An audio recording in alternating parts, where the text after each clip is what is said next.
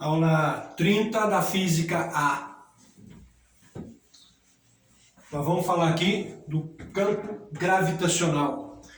Para começar nesse assunto do campo gravitacional dos planetas, eu vou usar a lei da gravitação universal, conhecida como quarta lei de Newton. O que diz essa quarta lei de Newton? Quando eu tenho um astro de massa M maiúsculo, a uma distância d de um outro astro de massa m minúsculo, Newton afirmou que existe uma força de atração entre esses dois astros. Massa atrai massa. E ele chegou a uma fórmula final dessa força de atração entre os dois astros, que é a constante universal de gravitação, o produto das duas massas e a distância de centro até centro elevado ao quadrado. A constante universal de gravitação, o produto das duas massas, dividido pela distância de centro até centro entre os dois astros. Essa é a força de atração originada de massa atrair massa. Essa ideia do Newton foi tão extraordinária que começou a usar essa lei para outras situações. Por exemplo, eu tenho uma garrafinha d'água perto de uma caneta.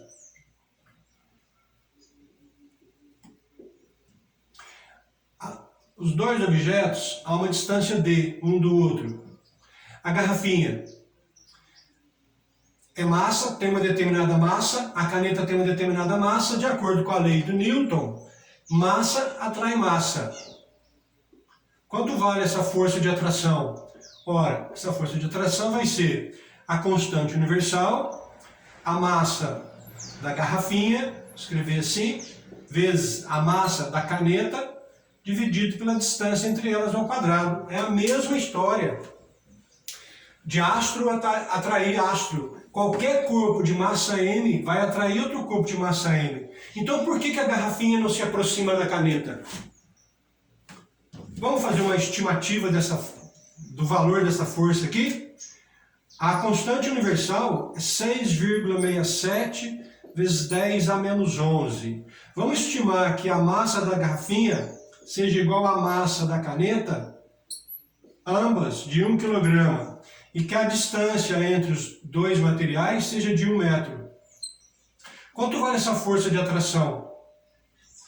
A constante universal, 6,67 vezes 10 a menos 11, o produto das duas massas eu estou estimando que seja de 1 kg e a distância de 1 metro, 1 ao quadrado. Quanto vale essa força? 6,67 vezes 10 elevado a menos 11 newton.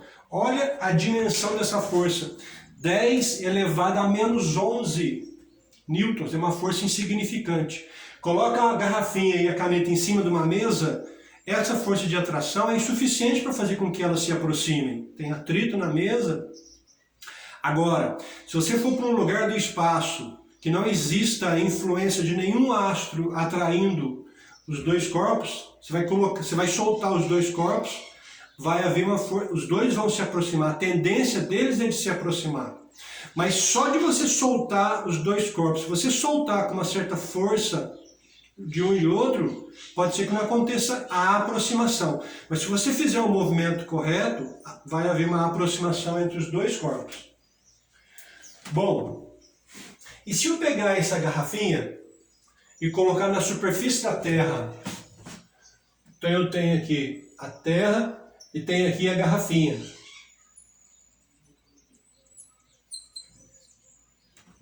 A Terra atrai a garrafinha? Sim, uma força de atração.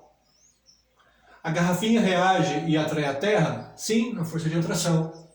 Como é que se calcula essa força de atração? A constante universal, a massa da Terra, a massa da garrafinha. Qual é a distância? Lembra que eu falava que é de centro até centro? Ó, de centro até centro? É do centro da Terra até o centro da garrafinha. O centro da Terra até a superfície da Terra é o raio da Terra, 6.500 quilômetros. A garrafinha tem 20 centímetros, até a metade dela 10 centímetros. Faz sentido eu somar 6.500 quilômetros com 10 centímetros? 10 centímetros vai fazer diferença?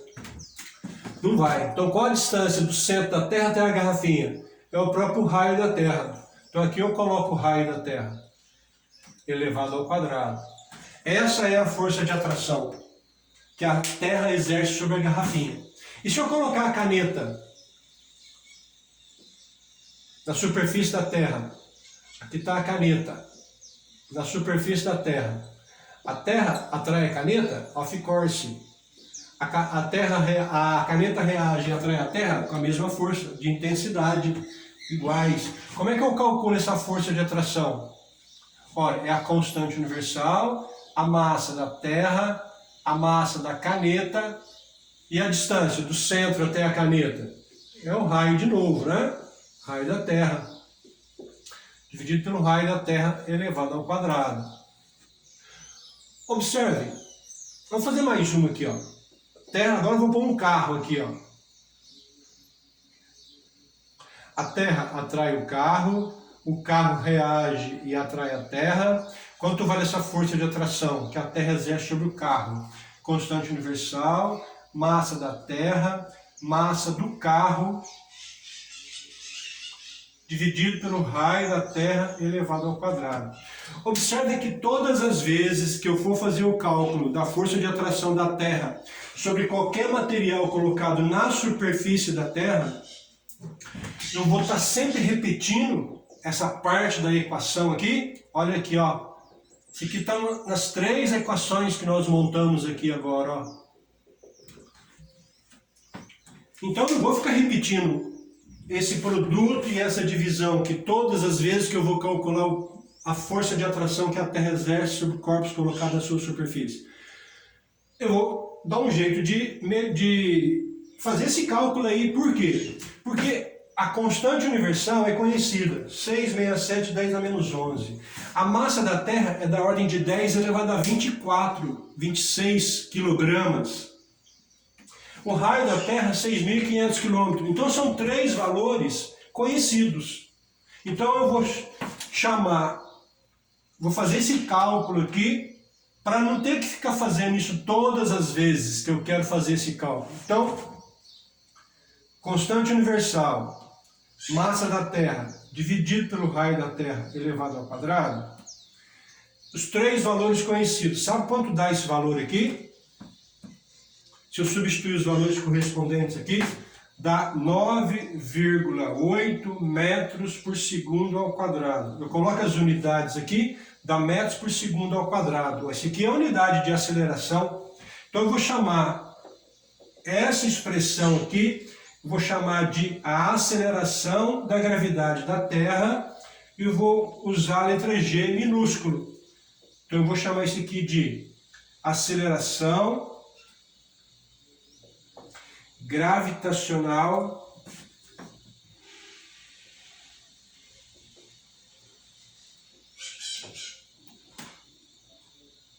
da Terra. A aceleração da gravidade da Terra. Então, aqui podemos apagar.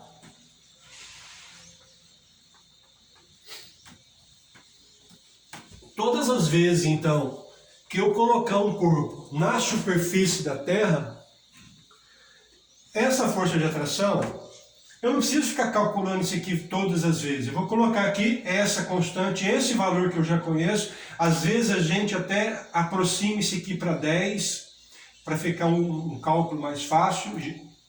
Né? Então, aproximadamente, a gente coloca 10 metros por segundo ao quadrado. É esse resultado aqui que eu chamei de aceleração da gravidade da Terra. Aí, essa força de atração eu vou chamar de peso. Peso do carro. Então, como é que eu vou calcular o peso do carro? Vai ser a massa do carro vezes a aceleração da gravidade da Terra. Aqui essa força aqui de atração que a Terra exerce sobre a caneta, eu vou chamar de peso da caneta. Daí, como é que eu vou calcular o peso da caneta? Vai ser a massa da caneta vezes a aceleração da gravidade da Terra. Essa força de atração com que a Terra exerce sobre a garrafinha, eu vou chamar de força-peso. Então peso da garrafa. Como é que eu vou calcular esse peso da garrafa? É a massa da garrafa vezes a aceleração da gravidade da Terra. Não é a mesma coisa? Então essa força de atração é a força-peso com que a Terra exerce sobre quaisquer materiais colocados dentro da sua, em cima da sua superfície. Que eu vou usar um raio aqui. Aí é a aceleração da gravidade da Terra.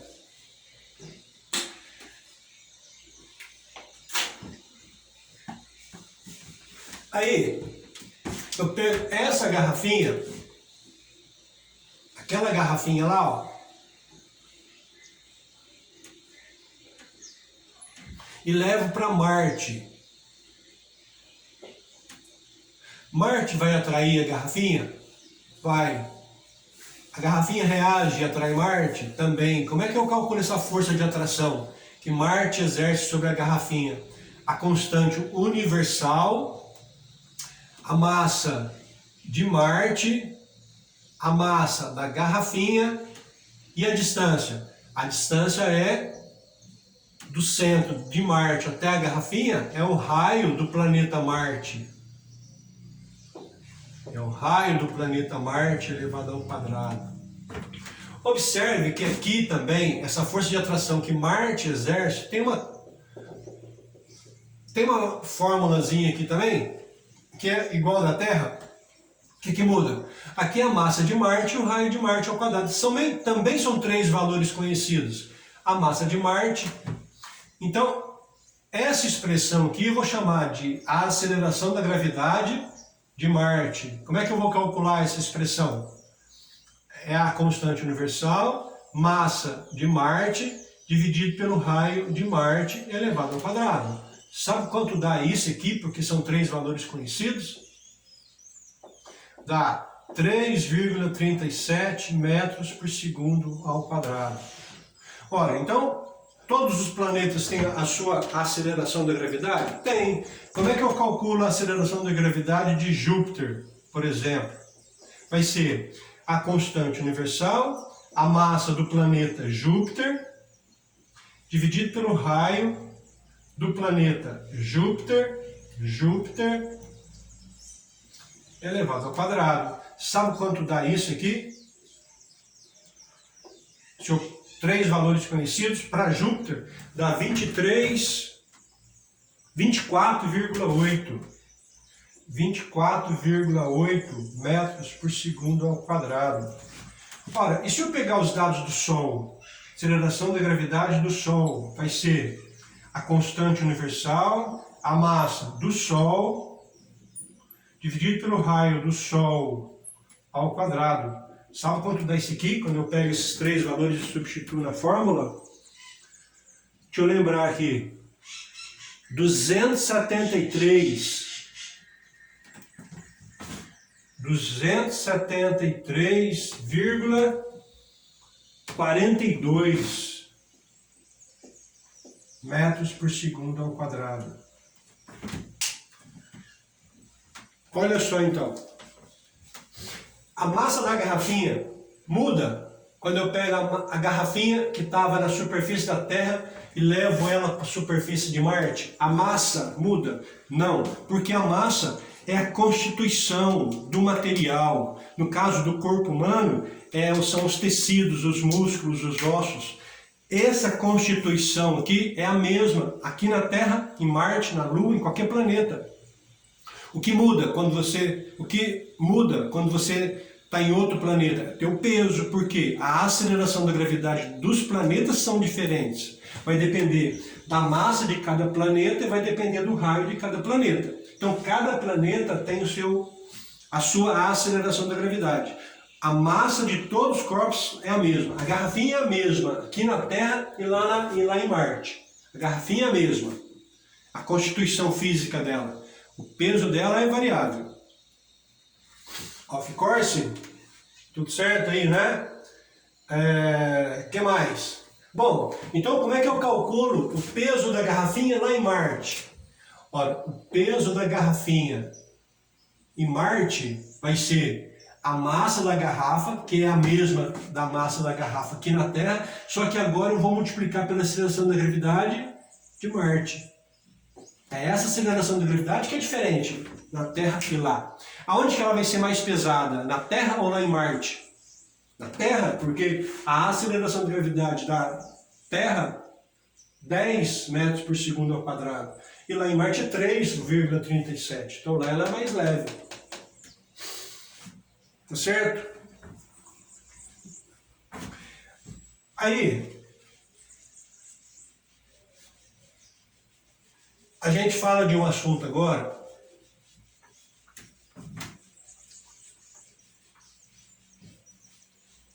que é o seguinte.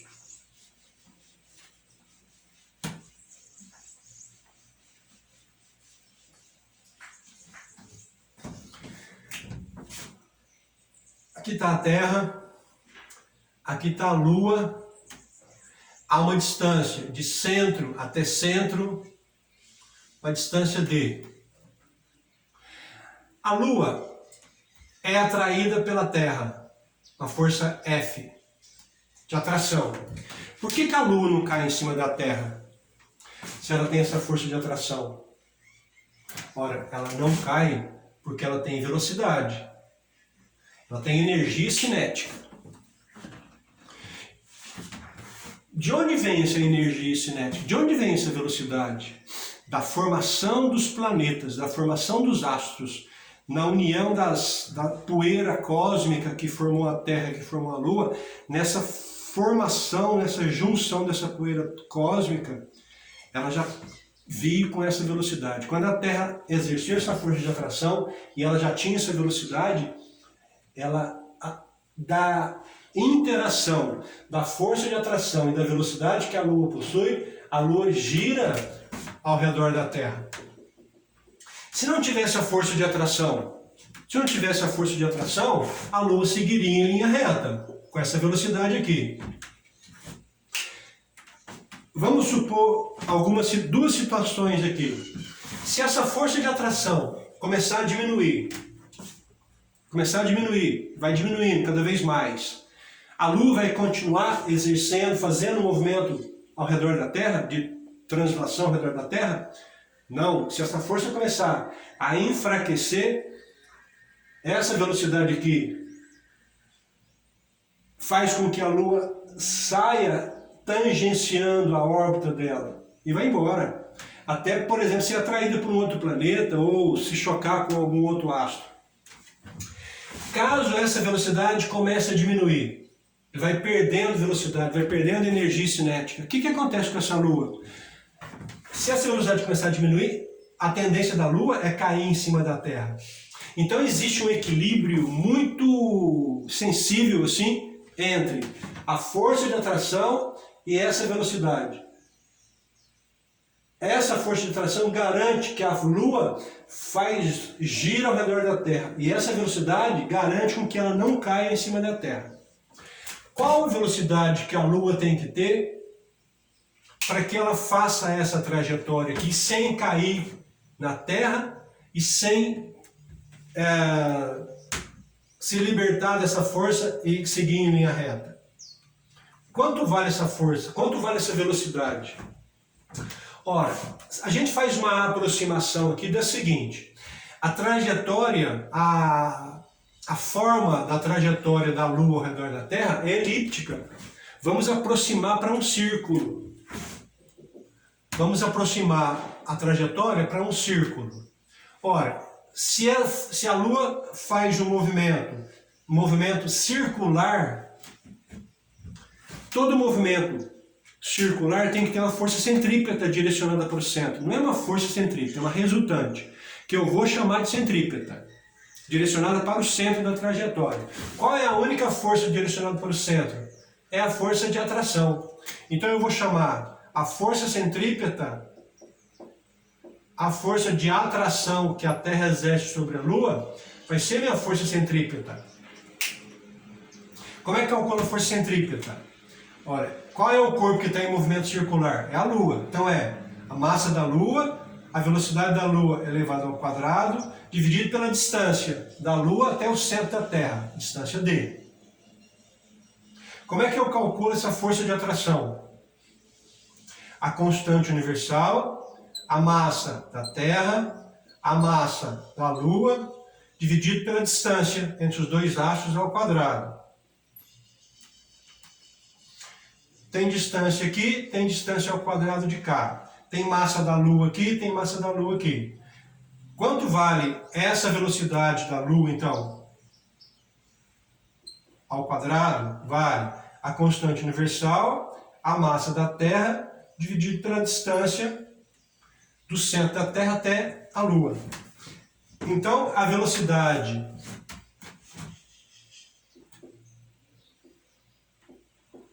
da Lua vai ser a raiz quadrada da constante universal, a massa da Terra, dividido pela distância entre os dois astros. Essa é a velocidade da Lua. Observem que não tem na fórmula a massa da Lua. Então independe de qual objeto está orbitando a Terra. Então quando os cientistas vão colocar algum satélite, a Terra está aqui. Quando os cientistas vão colocar um satélite para orbitar a Terra, satélite para supervisionar chuva, supervisionar furacões, qualquer satélite que for colocado na superfície da Terra, na superfície não, girando ao redor da Terra a uma distância d, esse satélite tem, a Terra não vai atrair esse satélite, vai atrair esse satélite, uma força de atração F. Se a velocidade que esse satélite possuir for uma velocidade pequena, a força de atração vai atrair o satélite e vai arrebentar na superfície da Terra. Se a velocidade desse satélite for muito grande, ele vai sair em linha reta, vai perder o satélite. Como é que os cientistas calculam qual a velocidade que esse satélite tem que ter para orbitar a Terra, girar ao redor da Terra? Olha aqui, a velocidade do satélite vai ser raiz quadrada da constante universal, a massa da Terra, dividido pela distância do centro da Terra até o satélite. É a mesma fórmula. Com essa velocidade aqui calculada, está garantido que a força de atração não vai fazer com que esse satélite caia, nem vai ser uma velocidade que vai exceder o valor que ela tem que ter para que esse satélite saia em linha reta. Entenderam? E tem uma outra questão bacana aqui também, que é o seguinte: eu estou na superfície da Terra, eu lanço uma bola, eu estou na superfície da Terra, pego uma bola e lanço na superfície da Terra. Qual a velocidade que essa bola tem que ter para que ela não caia na Terra, para que ela dê uma volta ao redor da Terra sem cair na Terra? Essas velocidades normais que o ser humano tem, você joga a bola vai cair em algum ponto. Se dá um tiro, que é com uma velocidade inicial muito maior do que o lançamento, você dá um tiro, a bala sofre a ação da atração da Terra e a bala acaba caindo em algum ponto. Eu quero saber qual a velocidade. Então eu estou aqui na superfície da Terra, pego uma bola e vou arremessar essa bola com uma certa velocidade. Qual a velocidade que essa bola tem que ter para que ela dê uma volta ao redor da Terra e me atinja nas costas? Se eu exceder muito nessa velocidade, ela sai em linha reta. Se essa velocidade for muito pequena, a força de atração faz com que ela caia. Então não tem uma velocidade aí adequada para que essa bola faça um movimento circular ao redor da Terra, sem cair? Ora, tem que vir daquela fórmula lá. Aquela fórmula lá é uma distância d. Agora eu estou com essa distância. Qual a distância do centro da Terra até onde eu estou? Olha, não é o próprio raio da Terra? Agora eu estou na superfície da Terra. Então, essa velocidade que a bola tem que ter, que ela não caia na superfície da Terra, é a constante universal, a massa da Terra, o raio da Terra, Olha, isso aqui não está aparecendo a aceleração da gravidade da Terra? Se eu multiplicar pelo raio da Terra e dividir pelo raio da Terra, eu não estou mudando a expressão.